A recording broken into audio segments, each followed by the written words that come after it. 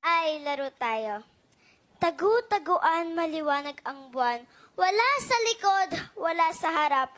Pagbilang ka ng 3 at magtatago na ako. 1, 2, 3. Pero teka, magtatago pa ba ako? Nung asa harapan mo na nga ako, hindi mo na ako makita. Paano pa kaya kung nagtago pa ako? Walang saysay ang nahanap kong liblib na taguan. Kung wala naman sa plano mo na ako'y matagpuan. Para saan pa ang pagtatago ko kung iba naman ang hinahanap mo? Naglaro na rin tayo ng tumbang preso. Dun pa lang, talo na ako.